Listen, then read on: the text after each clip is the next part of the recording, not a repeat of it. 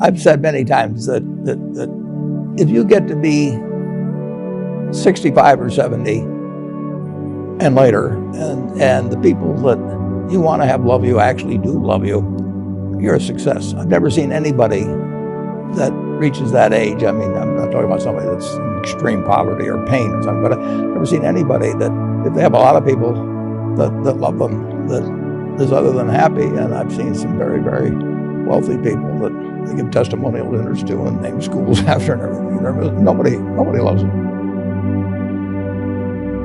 By far the best investment you can make is in yourself. I mean, that, for example, communication skills. I tell the students that come, they're going to graduate schools and business, and they're learning all these complicated formulas and all that.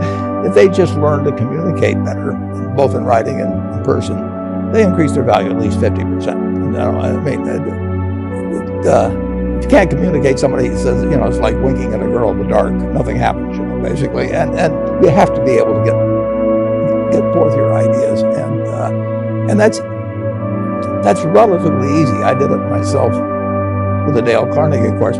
Some people wish I'd taken a shorter course now in terms of my talking later on, but it's just hugely important. And if you invest in yourself, nobody can take it away from you. I mean, the second thing, which I'll get a certain criticism for not living it, but I do tell those students, you know, that if I gave you a car and it'd be the only car you get the rest of your life, you take care of it like you can't believe it. Any scratch, you'd fix that moment, you'd read the owner's manual, you'd keep a garage, do all these things. And you get exactly one mind and one body in this world. And you can't start taking care of it when you're 50. By that time, you'll have rusted out if you haven't done anything. So you should really make sure that you just remember that you just got one mind and body to get through life with, and to do the most work. Well, life advice is, you know, the most important thing,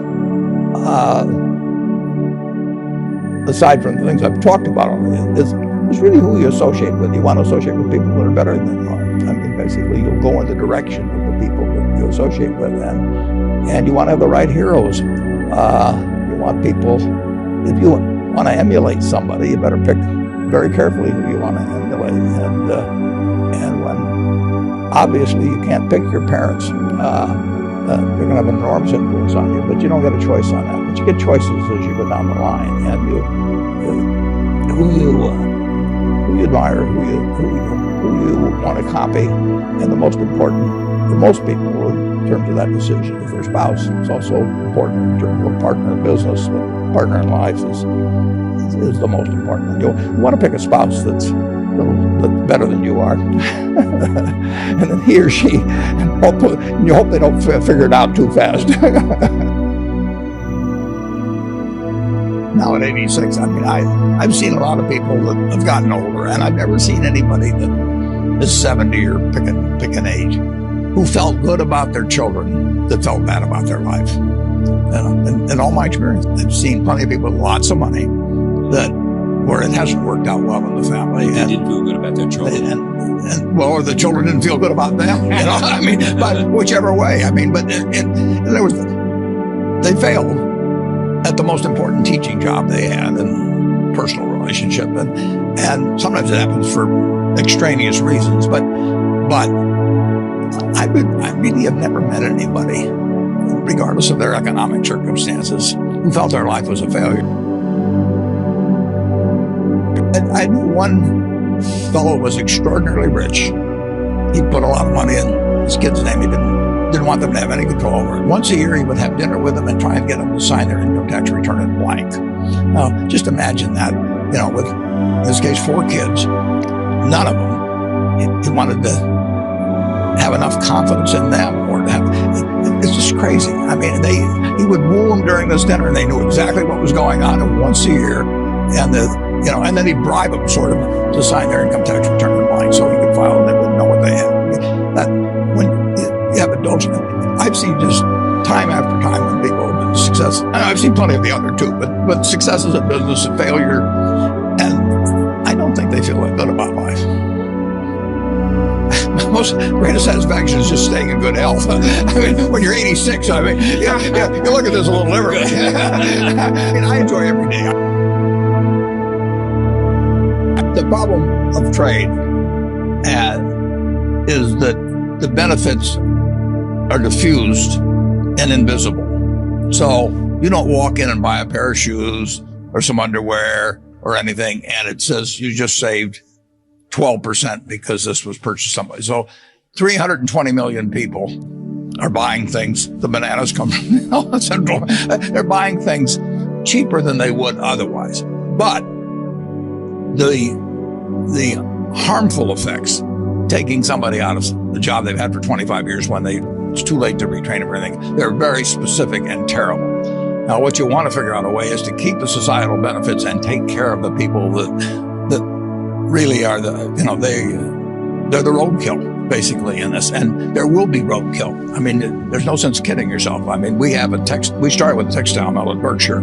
Half our workers only spoke Portuguese. They worked in hot conditions, loud conditions, and they spent 20 or 25 years on looms.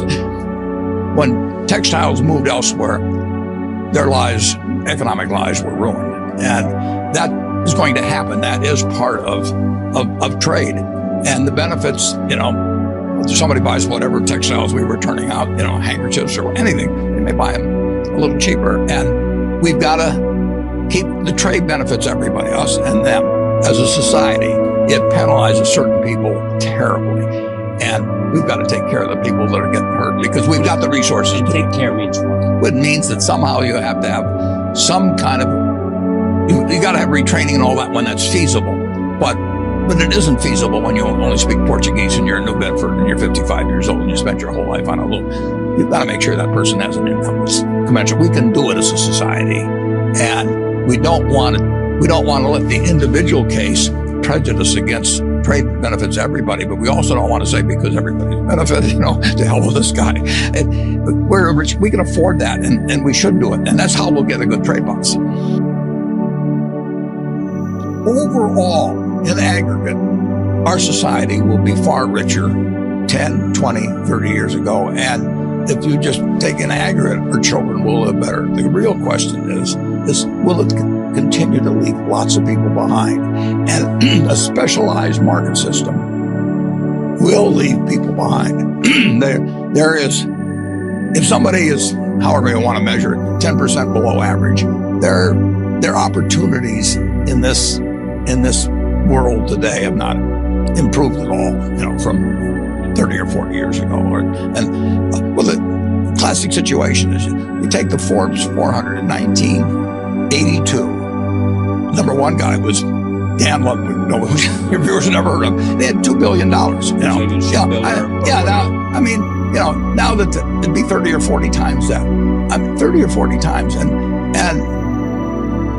this more highly specialized economy, year after year, different from that agrarian economy of 200 years ago. It's going to be more and more people at the very top winning big time. And it really won't do, absent certain types of programs, it won't do much for the person that really doesn't have any special skills for the market. The average person, or slightly below average person in terms of particularly market talents, is not going to do very well unless we have policies to make sure that they participate in some way. And the guys at the top are going to keep doing better. Pardon me? Policies from government. It has to be government. Government is always, the market system is this traffic cop. It directs resources, it directs brains, and it does a great job of it. But if it also directs all the winnings, it will continually favor more people at the top. Government's always in. Government came in with Social Security, and government, redirects the winnings, so it isn't totally the market system that delivers the winnings. But I don't want to kill the market system in terms of producing things at all.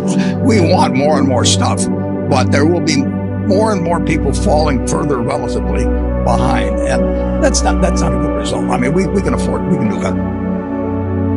And in this country, if you took the Forbes 400, they had $93 billion in 1982, and they have $2.4 trillion now. 25 times as much, not exactly the same people, you take the 400, 25 times as much as 35 years ago. And believe me, that does not strike somebody that's working 40 hours a week and trying to support a couple of kids on it.